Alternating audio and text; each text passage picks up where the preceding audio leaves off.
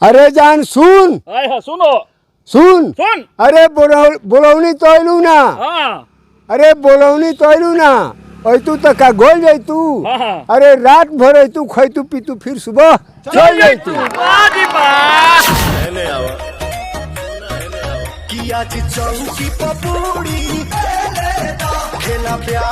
एक शायर आपने सुना होगा कि बूढ़े भी इश्क करते हैं लेकिन कोई शक नहीं करते हैं। इसी मामले को लेकर मौजूद है यहाँ पे बगल में मेरे एक 60 साल के बुजुर्ग है जो सीने तान के खड़े, छेदन बाबा इनका नाम है और काफी सोशल मीडिया पे वायरल चल रहे हैं। अरे पीछा लेके घूमी ले गुलाब वाला फूल बोला बोला बोलो बोल। इनके बारे में जानेंगे। अब ये भी बता दें हम इस वक्त मौजूद हैं अभी जहां है ये बिहार के सिवान है। अगर ये ढूल जाएंगे तो थोड़ा सा इधर ढूल जाएंगे तो ये उत्तर प्रदेश देवरिया पड़ता है। खला ये देवरिया से आते भी है, काफी वायरल चल रहे हैं सोशल मीडिया पे। बुढ़ापे में इस समय वायरल होने का जुनून कहां से इस सीने में आपके आया?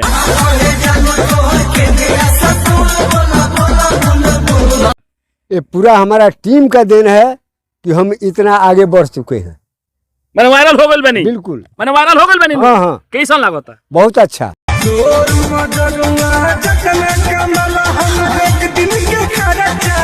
60 साल के उम्र में पूरा जवानी तक गई पानी में। अब जौन बाइल बा 60 साल के उम्र में है प्यार वाला रील बनता का मामला बा एकर?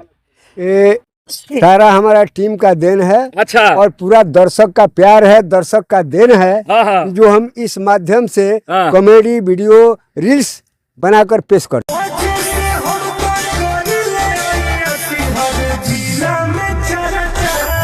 अच्छा लोग बोला नहीं खे। वो एक लड़का है जो कि वो आया था उससे बानू बनाए थे। अच्छा गांव जवार का चाचा एगो छेदी बाबा एगो चीज बताई। गांव जवार के जो भौजाई भेटात हुई और सिनेमा तनालका देख के वीडियो देखत हो तो कुछ ना कुछ जरूर कैसे जवानी बुढ़वा के अबे बिल्कुल ना।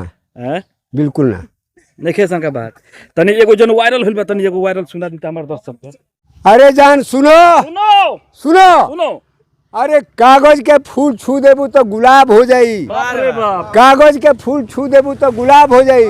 अरे पानी में अंगूरी डाल देबू तो शराब हो जाई।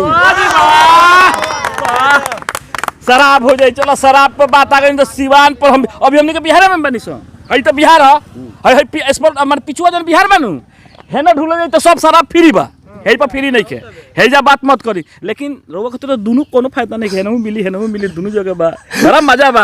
अकेले एगो आदमी 60 साल के और दोनों जगह का मजा लेता बिहार और देवरिया के। लेकिन हम ई सब लेबे ना करी ले। वाह जी वाह बहुत बढ़िया के ना लेनी। अच्छा ओई में कब पता लागल कि हमार वीडियो वायरल हो गइल? लोग बतावे लागल सब कि बहुत वीडियो एगो वायरल हो गइल बा। कब पता लागल? जैसे कि हम साल भर से वीडियो बनाते रहनी है। साल भर से बनत रहल? साल भर से। वाह जी वाह। हमार टीम 4 साल से काम करते रहला। 4 साल से? बिल्कुल। क्यों ना जानत रहला?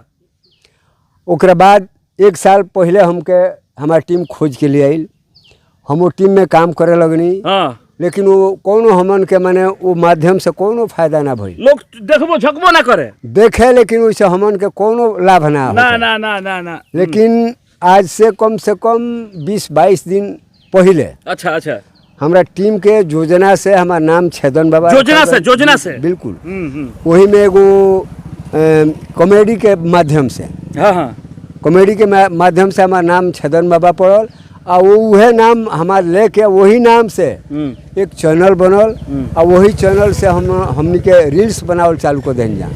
वह रील्स के देन बा कि ये बेरा हम सोशल मीडिया पर बनी, हमार टीम बा आ हम वायरल बनी। माने ई रील्सवे के देन बावे, सोशल मीडिया के एगो देन बा कि 60 साल के उम्र में जब तक जितना लोग ना जानत होई उतना 7 दिन में रोवे के जान गई। बिल्कुल। माने ओकरे देन बानू। बिल्कुल। कहीं ना कहीं बहुत बढ़िया बा, बहुत लोग के सहारा बनता सोशल बिल्कुल मीडिया। बिल्कुल बनता नु पूरा जनता के हमरा साथे प्यार बा। बहुत बढ़िया प्यार रहे के चाहिए। चलिए एक ऑडियो में कोनो अथी हो के रील्स में से तनी सुनाई तनी दर्शक सुने। बहुत अरे इश्क का गोला बनाकर बम सा फेंका करूं, बाजी इश्क का गोला बनाकर बम सा फेंका करूं, खींच लूं तेरी तस्वीर रात भर देखा करूं। बाजी वाह।